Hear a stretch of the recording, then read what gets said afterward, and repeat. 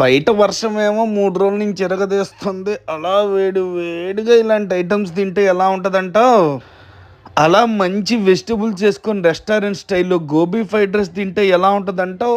అలా మంచి వెజిటబుల్స్ కుమ్మేసుకొని రూ. 140కే పన్నీర్ మంచూరియా, 140కే చిల్లీ పన్నీర్ తింటే ఎలా ఉంటదంటావు? అలా మళ్ళీ మంచి వెజిటబుల్స్ కట్ చేసుకొని మంచి స్పైసీగా నూడిల్స్ తింటుంటే ఎట్లుంటదంటావు? అలా వేడి వేడిగా మన ఛానల్ ఫాలో బటన్ని పీకితే ఎలా ఉంటదంటావు? బాస్మతి రైస్‌లోకి మంచి ఫ్రైడ్ రైస్ చేసుకొని, అలా ఏడిగా మంచూరియా తింటే ఎట్లుంటదంటావు? అలా మంచి చిల్లీ చికెన్ రూ. 150 బడ్జెట్‌కే ఇస్తుంటే, అలా టేస్ట్ చేస్తే ఎలా ఉంటదంటావు?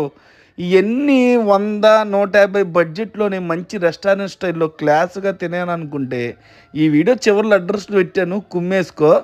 అలా మంచి చికెన్ ఫ్రైడ్ రైసు